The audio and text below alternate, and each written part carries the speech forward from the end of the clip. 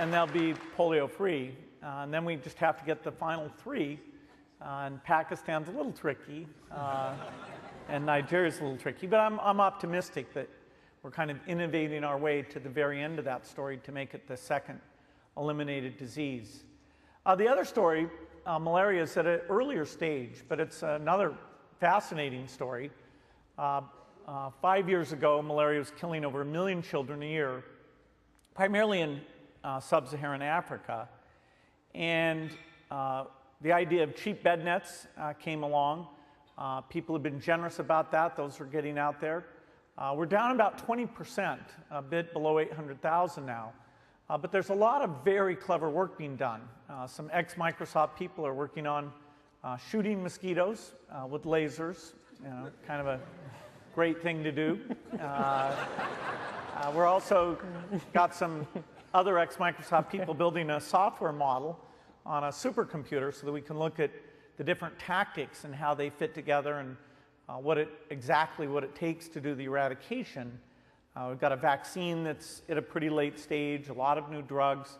And I think if we put these things together in a clever way, this disease also, although in this case probably more than a decade before we'll get there, it too can be completely eradicated. So it's phenomenal to see the kind of ingenuity that it takes, the kind of partnership, the kind of keeping people focused on the problem.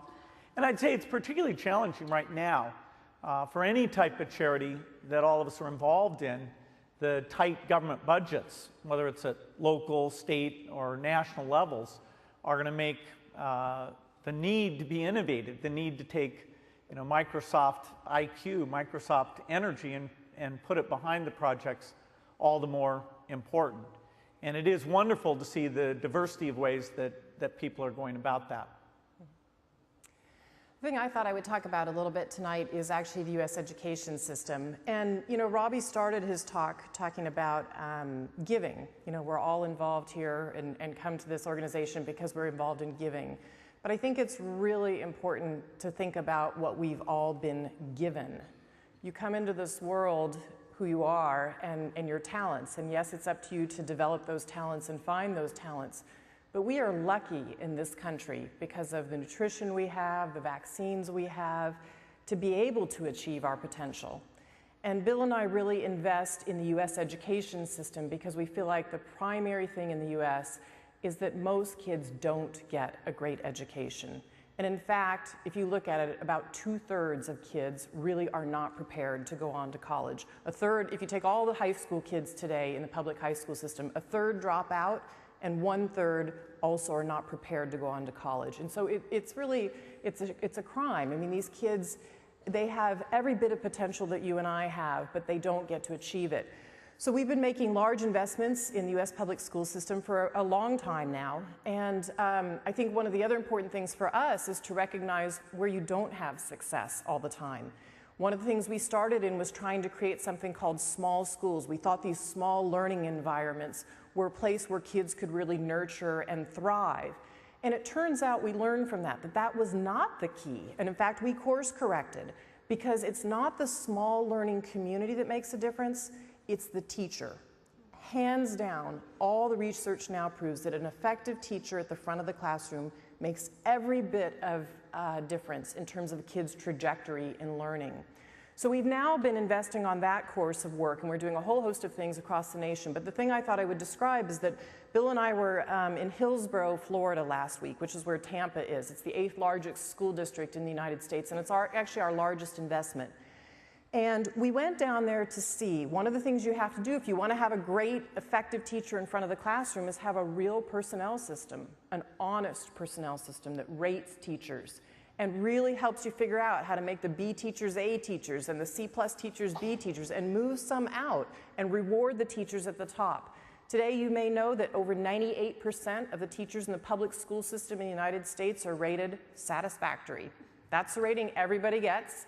And so you can't even differentiate who's a good teacher or not, and yet we know kids who get a bad teacher, they just don't learn on the same trajectory.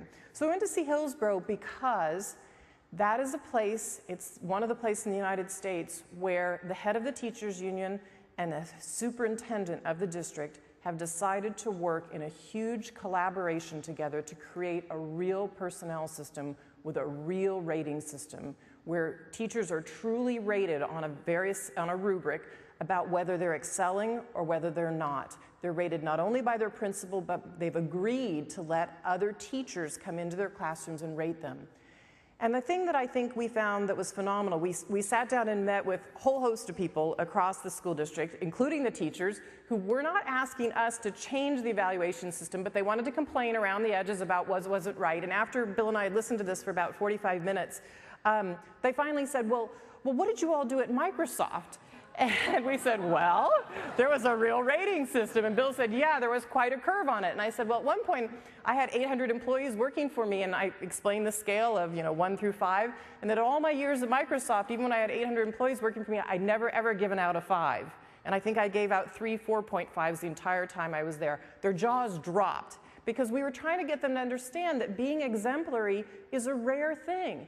But these teachers were accepting this new personnel system. No increased pay, because the budget is terrible in Florida. In fact, they are actually getting huge gains in Florida, and they're only spending $7,000 per pupil. And these teachers are teaching more classes than almost anybody in the nation. But the most amazing thing was when you went and talked to the students, and you said, have you noticed that there are other teachers in here observing their classroom? And they said, oh yeah. And when you notice the principal's in more, yeah. And they said, but that's not the difference. They said, we see that. The difference is how the teachers are teaching us. They're engaging us. They're really managing the classroom. They're not lecturing to us. They're asking us questions. When we don't get the homework, they're actually going back over it with us. These are things we know from measuring teaching that actually makes for improved student performance. And so the fact that in less than a year, the kids are seeing a real evaluation system make a difference in their district, and the fact that it's being done in a collaboration gives us real hope that we could actually do this in other school districts and replicate it across the nation. So I just wanted to share a little bit about that.